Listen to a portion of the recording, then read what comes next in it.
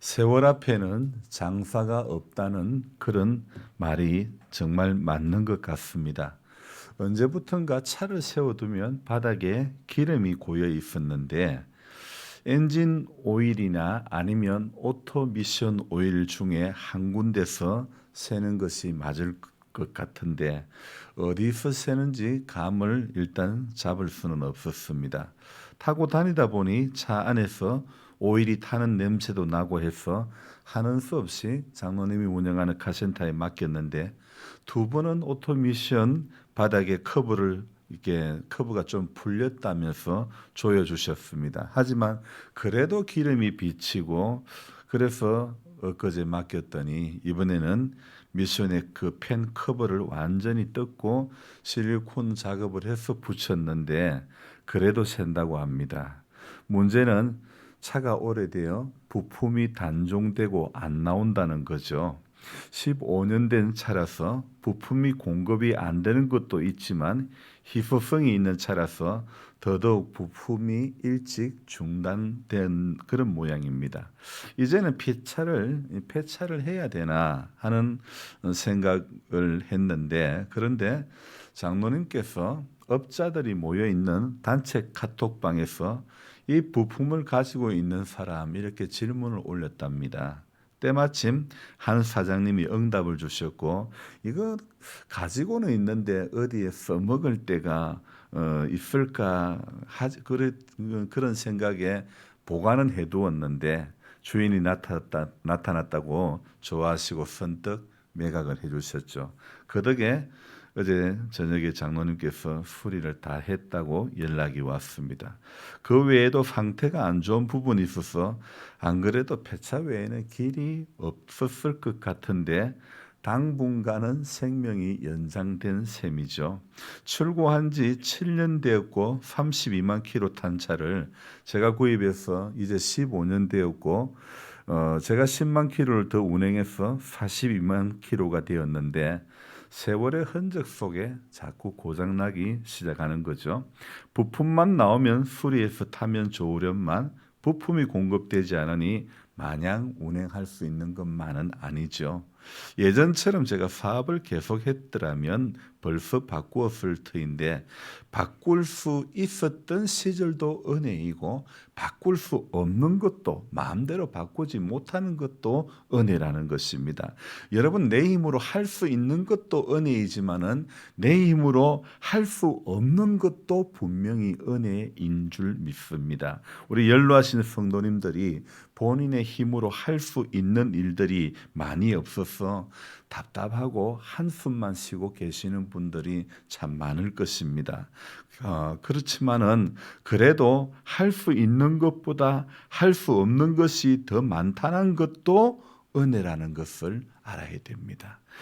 제가 좋아하는 찬양 중에 주가 일하시네라는 찬양이 있는데 이 찬양은 오병이어의 그 기적을 배경으로 한 찬양곡인데 그 가사를 읽어드리면 날이 저물어 갈 때 빈들에서 거닐 때 그때가 하나님의 때 내 힘으로 안 될 때 빈손으로 거닐 때 내가 고백하는 말 여호와 이래 우리 모인 이곳에 주님 함께 계시네 누리네 아버지 은혜 적은 떡과 물고기 내 모든 것 드릴 때 모두 고백해 여호와 이래 주가 일하시네 주가 일하시네 주께 아끼지 않는 자에게 주가 일하시네 주가 일하시네 신뢰하며 걷는 자에게 정말 가사 한 절 한 절이 절절한 고백인 것 같습니다. 보통의 사람들은 바빠서 기도할 시간이 없다고 말하기 쉬운데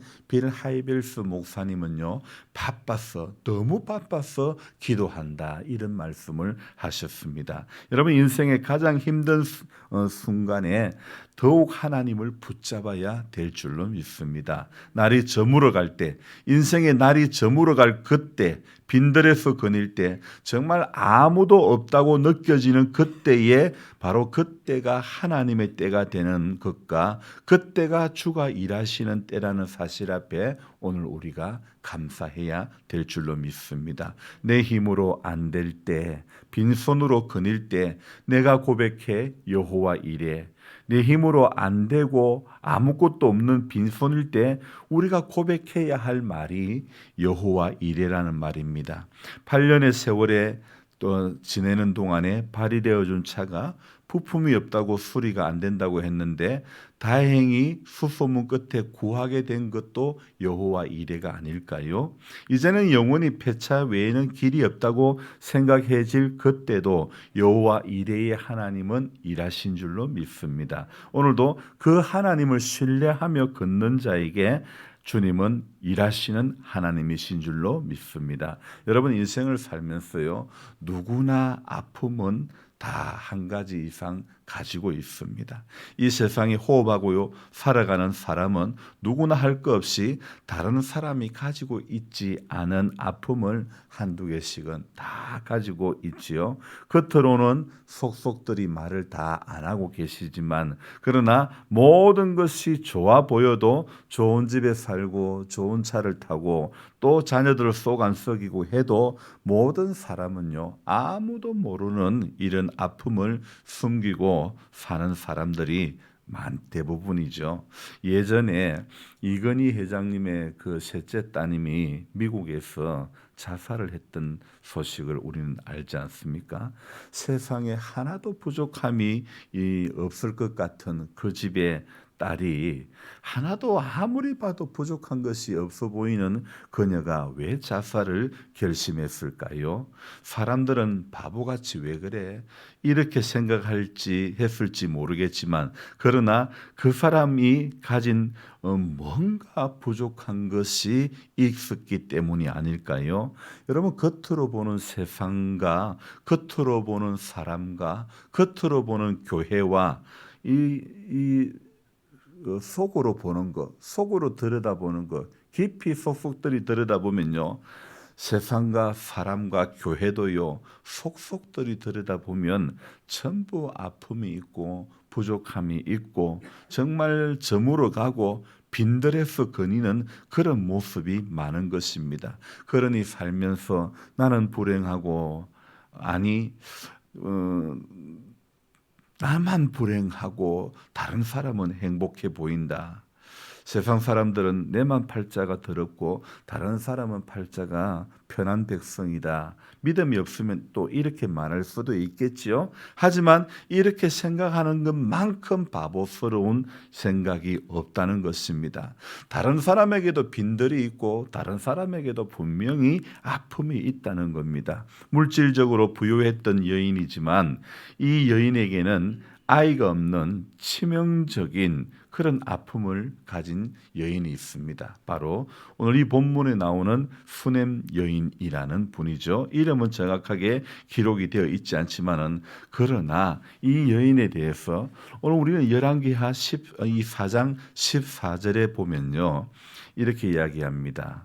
먼저 그 전에 8절을 봅시다. 14장 8절을 보면 하루는 엘리사가 수넴에 이르렀더니 거기에 한 귀한 여인이 그를 간건하여 음식을 먹게 하였으므로 엘리사가 그곳을 지날 때마다 음식을 먹으러 거리로 들어갔더라. 자, 그곳을 지날 때마다 음식을 먹으러 그곳에 거리로 들어갔더라. 그런 것을 봤을 때 수넴에 사는 이 여인은요, 한 귀한 여인은 엘리사가 지나갈 때마다 엘리사가 그곳에 들를 때마다 대접을 했던 그런 분임을 알 수가 있겠죠. 자, 그래서 이런 은혜를 받았던 이런 도움을 받았던 이 여인. 자, 그런데 14절에 보면 엘리사가 이르되 그러면 그를 위하여 무엇을 하여야 할까 하니 게하시는 대답하되 참으로 이 여인은 뭐가 없다고요? 아들이 없고 그 남편은 늙은 나이다 하니 이에 이르되 다시 부르라 하매 여인이 문에 서니라. 엘리사가 이르되 16절이죠. 한 해가 지나 이때쯤에 네가 아들을 안으리라 하니 여인은 뭐라고 대답합니까?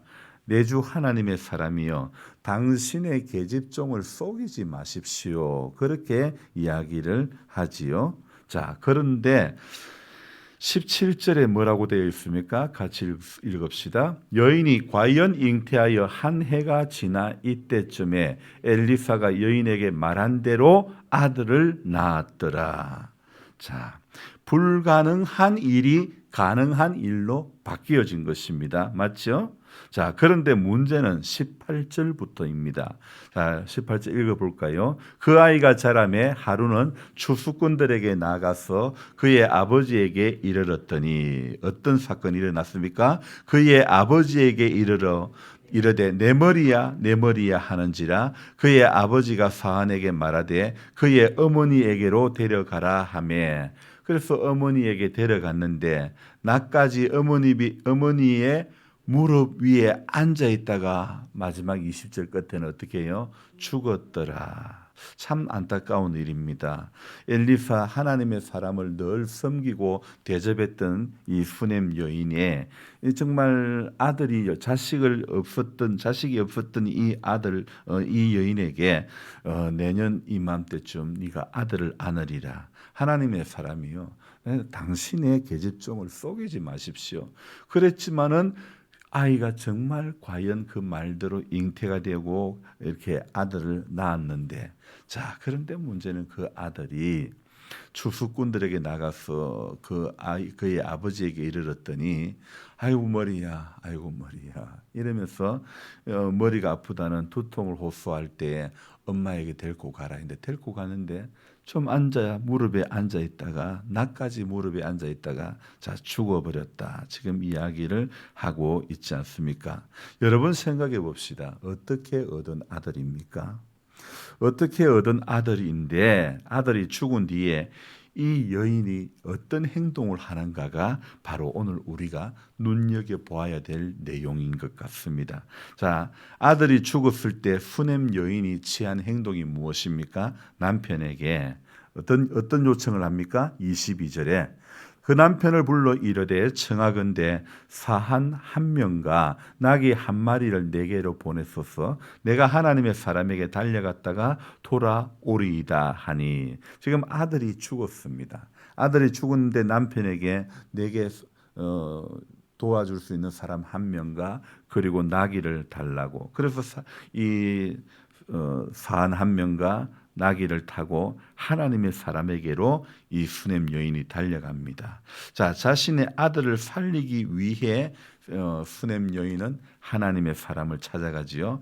아이가 죽어 숨을 거두었지만 그래도 하나님의 사람을 찾아가는 것입니다. 대부분의 사람은요, 모든 것이 무너졌으면 하나님을 찾지 않기 마련인데 그런데 이 여인은 아이가 죽었음에도 소망이 사라졌음에도 하나님의 사람을 찾는 것입니다. 여러분 하나님을 찾는 것도 분명히 내 안에 어떤 소망이 있을 때 하나님을 찾는 것이 보통이지 않습니까? 그런데 이 여인의 믿음이 귀한 것은요, 소망이 사라졌음에도 하나님을 찾는 것입니다. 여러분 오늘 우리에게 바로 이런 믿음이 필요한 것입니다.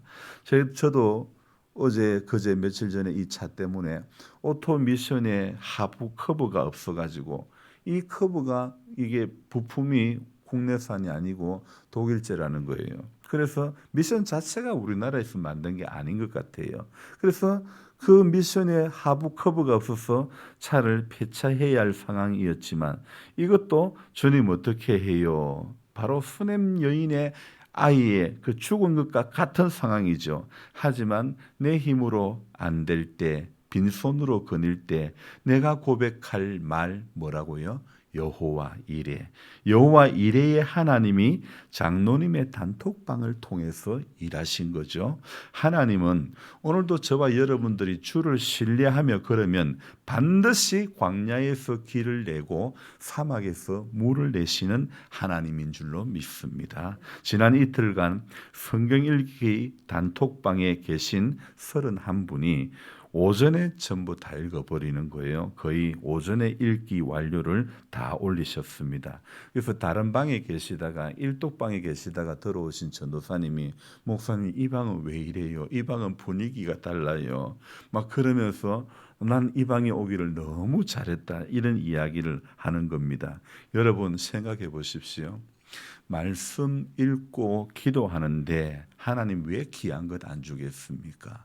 말씀 붙잡고 기도하고 예배 시작하고 하루를 시작하는데, 예배 드리고 하루를 시작하는데, 집에서 기도해도 되는데 새벽마다 예배당에 오셔서 예배 드리고 기도하는데 하나님께서 눈 막고 귀 닫고 계시겠습니까? 16절에 엘리사가 한 해가 지나 이때쯤에 아들을 얻으리라 했을 때 처음에 이 수넴 여인은 내 주 하나님의 사람이여 당신의 계집종을 속이지 마십시오 했지만, 그러나 17절에 진짜 아들을 얻고 나니 금덩이 아들이 죽어도 수넴 여인에게는요 금덩이보다 더 귀한 믿음이 있었던 것입니다. 그래서 무릎에 안고 있던 아들이 죽어도 남편에게 나귀와 산 한 명을 좀 붙여달라고 그러면서 하나님의 사람을 찾아가지 않습니까? 이 하나님의 사람이 이제 수넴 여인의 집에 가서 오늘 우리가 읽었던 이 본문의 모습과 같이 했을 때에 어떻게 됩니까? 7번째 체기하고 눈을 뜨는지라. 아멘. 하나님의 사람이 가서 이렇게 엎드리고 그 아이 위에 올라 엎드려 자기의 입을 그의 입에, 자기 눈을 그의 눈에, 자기 손을 그의 손에 두고 그의 몸에 엎드리니 아이가 살이 차차 따뜻해졌더라. 자, 여러분, 오늘 이 열왕기하 4장을 보면요 놀라운 은혜가 있습니다. 어떤 은혜가 있냐면요, 수넴 여인에게 엘리사가 기적을 행하는데 아이가 없었던 이 수넴 여인에게 이때쯤에 한 해가 지나 이때쯤에 네가 아들을 안으리라 했을 때 아들을 안은 것이 엘리사가 수넴 여인에게 첫 번째 행했던 기적이죠. 그런데 그 아들이 죽었는데 엘리사가 오늘 이 35절과 같은 34절 35절과 같은 모습으로 엘리사가 기도하고 아이 위에 올라 엎드려 그렇게 눈을 맞추고 입을 맞추고 그렇게 했을 때에 아이가 7번째 체기하고 눈을 뜨는 거, 이게 바로 엘리사가 5번째 기적을 행한 겁니다. 아이가 없던 여인에게 아이가 생기게 했던 것이 엘리사가 4번째 행했던 기적이고, 죽은 아이를 살렸던 것이 엘리사 사역의 5번째 기적인 것입니다. 여러분, 한 여인에게 오늘 엘리사는 2번의 기적을 행하신 거죠. 자, 오늘 이것은요, 성도가 믿음이 있으면 하나님은 오늘도 기적을 행하시는 줄로 믿습니다. 다시 한번 말씀드립니다. 성도가 믿음이 있으면 하나님은 오늘도 기적을 행하시는 하나님이시라는 사실을 우리가 반드시 믿고 고백해야 될 줄로 믿습니다. 그래서 그 하나님의 역사 한가운데로 오늘도 저와 여러분들이 들어가시는 그런 우리 모두가 되었으면 좋겠습니다.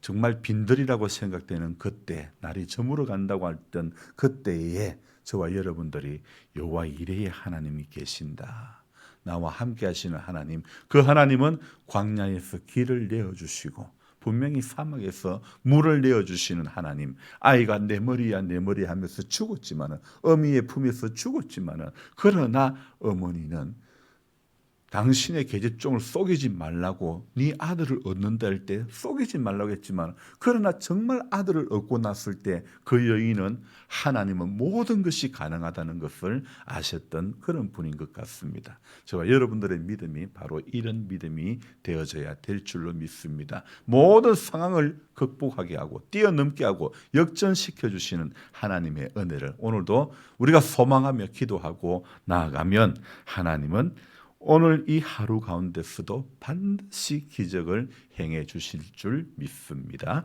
기도하겠습니다. 좋으신 하나님 아버지, 인생 가운데 기적을 행하시는 하나님을 오늘 엘리사가 행한 4번째, 5번째 이 수넴 여인에게 행했던 이 기적을 통해서 하나님 주가 일하시는 하나님이심을 오늘도 믿습니다. 하나님, 그래서 인생 가운데 다 누구라도 말 못할 아픔이 있고 참 눈물 흘리는, 속으로만 눈물 흘릴 일들이 인생 가운데 얼마나 많았습니까? 오늘 수넴 여인의 아들처럼 내 머리야 내 머리 하며 각중에 죽게 되는 정말 갑자기 이런 어떤 아픔을 호소하는 분들 또한 얼마나 많습니까? 하지만 하나님, 오늘 성도에게 믿음이 있으면 하나님은 반드시 기적을 행하시는 하나님임을 말씀을 통해서 다시 한번 경험하고 확신을 하고 이 아침에 우리가 기도하고 하나님, 이제 예배당 문을 나갈 때 우리가 고백하기를 주님 오늘도 기적을 행하실 줄 믿습니다. 다시 한번 고백하며 삶의 자리에서 하나님이 행하실 일들을 선포하면서 하나님 앞에 날마다 그렇게 살아갈 수 있는 인생이 되도록 도와주시옵소서. 우리가 이런 신앙 가운데 이렇게 선포하고 나가면 우리의 매일의 순례자의 길은 내가 매일 기쁘게 순례의 길 행함은 주의 팔이 나를 안보함이라고, 이런 고백이 어찌 나오지 않을 수가 있겠습니까? 하나님, 오늘도 정말 기쁘게 순례자의 길을 잘 걸어갈 수 있는 복된 성도님들이 다 될 수 있도록 주님 도와주시옵소서. 해야 할 일들 앞에서 머뭇거리지 말게 해주시고 우리 하나님 주신 은혜대로 각자에게 하나님 주신 그 달란트대로 우리 모두가 자신의 자리에서 순종하며 하나님께서 우리에게 주신 사명 감당하다가 하나님의 때에 하나님 앞에 모두가 서게 하여 주옵소서. 예수님의 존귀하신 이름 받들어 감사하며 기도드리옵나이다. 아멘. 간절한 마음으로 주여 부르고 기도합니다. 주여, 주여, 주여. 하나님 아버지, 고맙고 감사합니다. 하나님, 삶 가운데, 인생 가운데 기적을 행하시는 하나님을 오늘도 믿고 그리고 바라봅니다. 그래서 하나님 이 상황 가운데서